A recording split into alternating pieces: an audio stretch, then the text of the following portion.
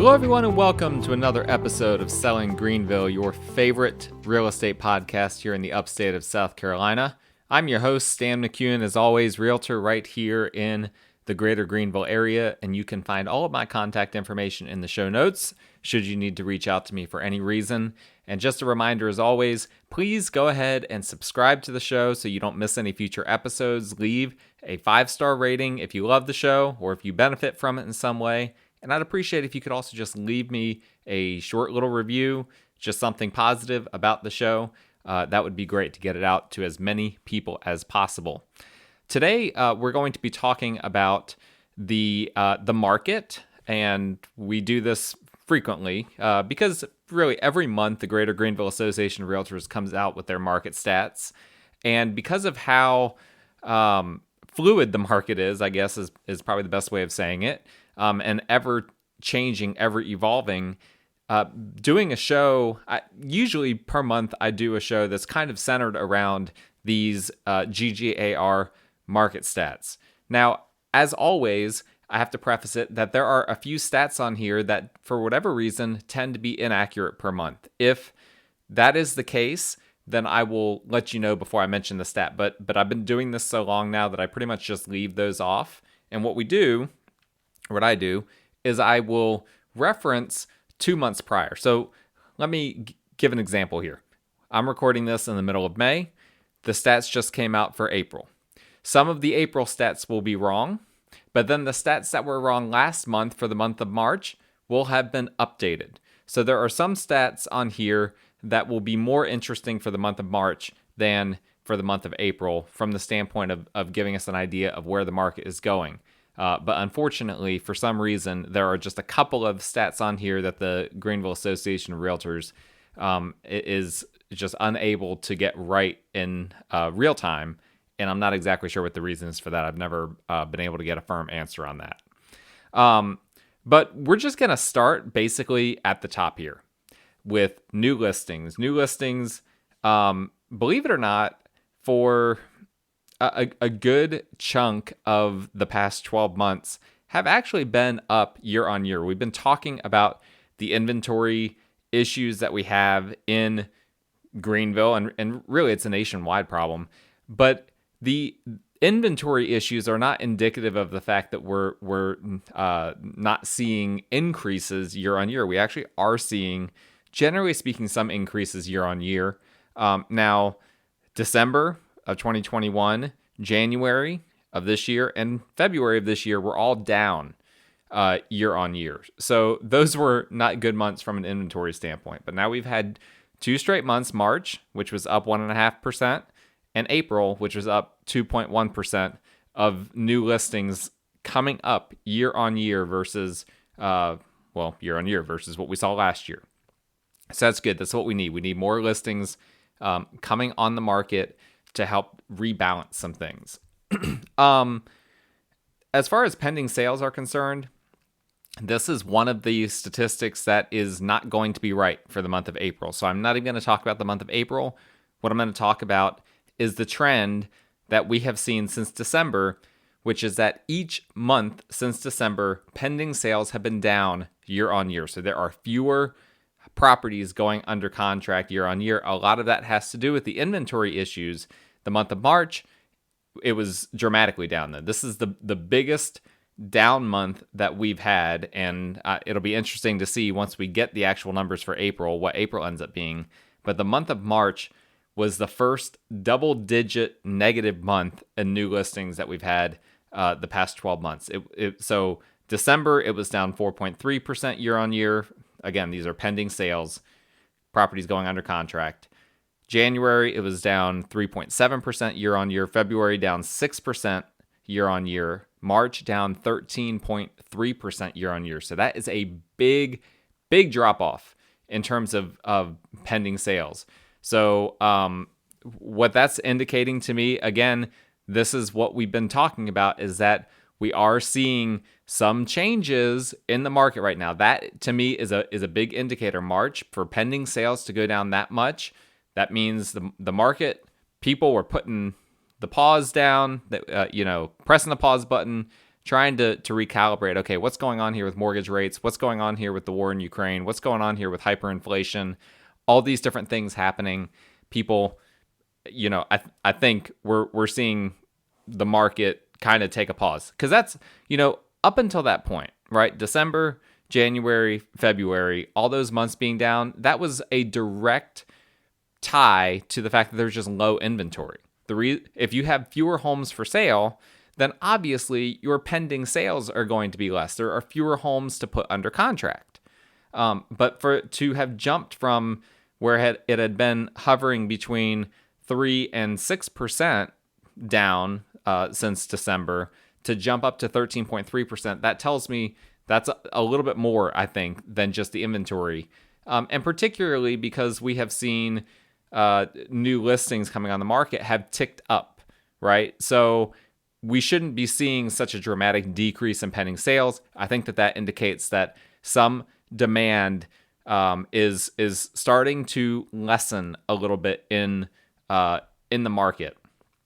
That being said, closed sales for the month of March were up 1.4%, but for the month of April, and again, this is going to be tied, right? If pending sales were down in March, then closed sales are going to be down in April. That is just naturally what's going to happen. It was down 5.3%.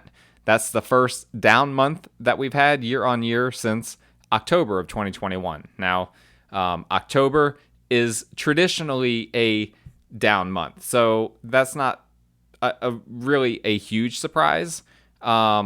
But that's just something to keep in mind. Now, I will say, this is an interesting tidbit. I didn't realize this until I was looking at these numbers. Closed sales in April, they spike in the month of March, right? So the month of March is when we kind of kick off the spring season, and that's when people kind of wake up from, the winter lull, and we see it every year, a huge jump, every healthy year, a huge jump in closed sales in the month of March. But you know what? Traditionally, actually, the month of April does see a little bit of a tail off. And then it goes up May and June, with traditionally June being the peak of the buying season. May can sometimes also be the peak of the buying season. So we're entering the peak, and I shouldn't just say buying season, peak really selling season, if anything. Peak real estate season. Let's just call it that. The point being, we saw a little bit of a tail off in April, and I always warn people, when we're looking at these stats, we don't want to draw too many insane conclusions from them. We some people are going to look at these, and I'll tell you right now, some people will look at these, and based on some anecdotal data as well, combined with these stats, they'll say, "Oh, the market's crashing." We need to temper anything that any conclusions that we come to based on these stats. The month of April was down. That's the first down month since October. It's normal for closed sales to go down in October, and it's normal for them to go down in April in comparison to the month before. But the fact that it is down year on year for the month of April, that's something that we need to track a little bit. That could be indicative that we're seeing, again, just slight tapering of demand. Maybe more than slight, but it does look like we're seeing tapering of demand. What was really interesting to me, I did not expect to see this, but the days on market until sale, which is the average number of days between when a property is listed and when an offer is accepted in a given month, that number was really, really low for the month of April. So we had seen this number it looked like it was maybe stabilizing in January, February, March, where it had kind of gone back into the 30s. And, traditionally, this number would be in the 40s or 50s. Like even a normal seller's market, it would normally be in the 40s or 50s, because you normally don't have a home. We're looking at the entire average of the market, right? So this number is being dragged down or up, depending on whether homes are going under contract right away or whether some homes are sitting for a long time. The homes that are sitting for a long time are causing the number to go up. The homes that are going under contract right away cause the number to go down. All that to be said, that number was down 41% year on year. In April 2021, we were looking at 39 days on market until sale. April of this year, 23 days. So that's a very, very low number. That's close to the lowest that it's ever been, which was last year. Let's see here. What was the lowest? July, August, and October of last year all were 21 days. And so we're close to the lowest that we're seeing then. So even though, anecdotally, I have seen this, a lot of others have seen it, some price changes, some price decreases, more so than we have traditionally seen the past year and a half. But market-wide, we are still seeing a very low number of days on market for all of these properties. Median sales price, all right, this is a major indicator, right? Because if we're seeing any kind of a cool down, that's going to be reflected in the median sales price, and it's not reflected yet, okay? I do think it will be. I strongly believe that we will see a decrease in the median sales price in upcoming months. It might take us until maybe it will be July. I think it might be sooner than that. Well, again, it's a very fluid situation, but the median sales price, and we look at median versus average because median is a more accurate indicator of where the market is, but the median sales price was up 19.7% year on year. We are now at a $298,000 median sales price for Greenville. Basically, $300,000 is now what your average home costs. That is up from $249,000 a year ago. So we have gone from the average home costing $250,000 in April of last year to now it costs $300,000 in April of this year. The averages, if you care about the average price, which the average price is just, we don't look at it much because it's skewed by very expensive properties. If you have a few $1 million properties that sell in a market where the average is in the 300s, that's, that doesn't really tell you what's really happening. But if you're interested, the average was up 15.1% year on year, which is also honestly a pretty high number, even by the past year standards. It went from 306,000 a year ago to now 352,000 this year. But for my purposes, I consider the median to be more indicative of what is actually the true average price in our market, $298,000 right now. Out of all of these numbers, the number that jumped off the page to me the most was this one, the percent of list price received. So now I'm just going to read it. Again, these are the Greater Greenville Association of Realtors stats. This is the percentage found when dividing a property sales price by its most recent list price. And that's a key word, most recent list price. So this does not take into account the original list price. This can be after price reductions. So that's an important caveat. Then taking the average for all properties sold in a given month, not accounting for seller's concession. That's also an important detail. It does not account for the fact whether sellers are paying closing costs or not. All that being said, looking at this historically, maybe looking at it in a nutshell, you can't draw major conclusions, but looking at it historically, you can. And historically, we are up 1.4% year on year, which is, here's why that's really important, right? Because that's actually lower than last month. March was up 1.7% year on year. But April of last year was the first month that we hit 100%. In other words, the average sale was 100%. The average closed sale was 100% of what the property was listed. Well, now even you would expect, you can't get much higher than 100%, right? Well, we have been, every month pretty much except October of the past year has been over 100%. But April of 2022, April of this year was 101.4%. In other words, the average seller was getting 1.4% more than what they had listed the home for. And that's the highest ever. That is the highest we ever have in recorded history in the greater Greenville area of South Carolina. So I suspect that number is going to go down. But right now, listen, for the month of March, if you were selling, in March, April, generally speaking, you did very well from the standpoint of how much that you got for your house when you listed it. Expect that number to taper off because of some of these other indicators that we talked about. But man, that number really jumped off the page to me. Inventory is another major indicator that we look at. This really is a huge way that we assess the market.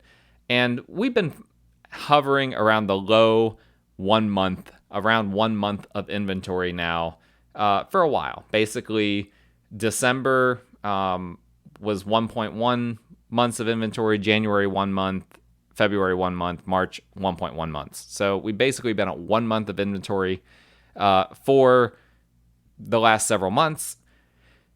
This is one of the stats that for the month of April is not going to be accurate. So I'm not going to say exactly, I don't know exactly what the number is, but I will say this.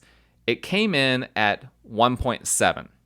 Now, that number is going to go down because, like I said, this number is pegged to the pending sales, which are always inaccurate every month for the most recent month that these stats are looking at.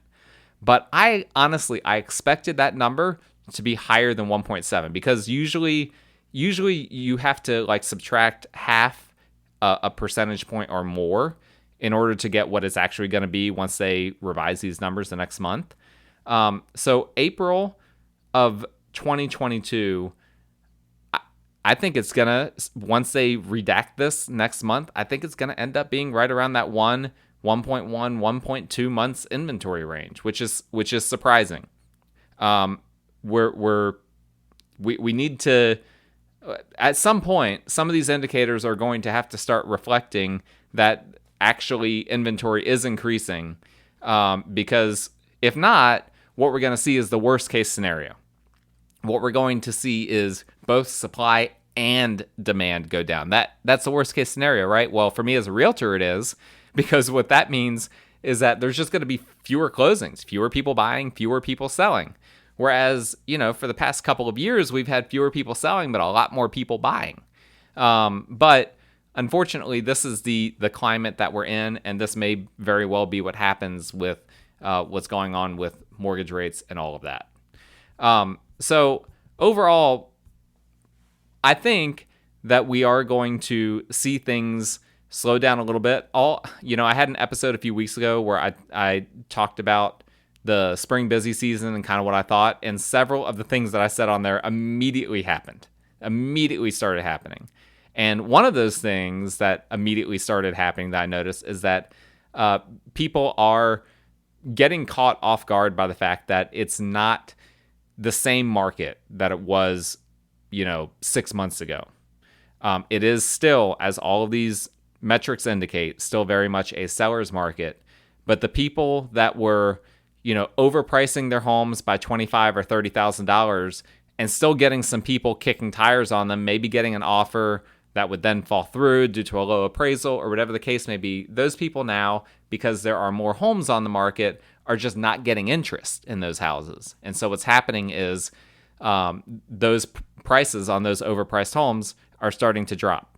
I'm hearing some people saying, wow, this market is shifting like crazy because of the fact that they're seeing more price decreases. I would, again, temper expectations or temper your interpretation of that data, because to me, as I said several weeks ago, that's just people misreading the market, misunderstanding how to price a home. In a market like this, it's not a good idea. It's still not a good idea to overprice your home. It's never a good idea when you're listing your home to overprice it. But in this market, it's really bad because people are more skeptical than ever. When that house sits for a week or two, it used to be that if a house sat for a week or two, you could still get pretty close to, if not a full price offer on the house. The way things are now, if a house sits there for a week or two, it can be a situation, particularly if a lot more homes come on the market, It could be a situation where that home just ends up, getting substantially less than what it's listed for. And we're seeing that reflected in people that are misreading the market and are having to then go in and decrease their prices. That's a really bad idea. That's something that when I have a seller client, I try to discuss with them. Okay, here's the range. Here's the range that I think your home is worth.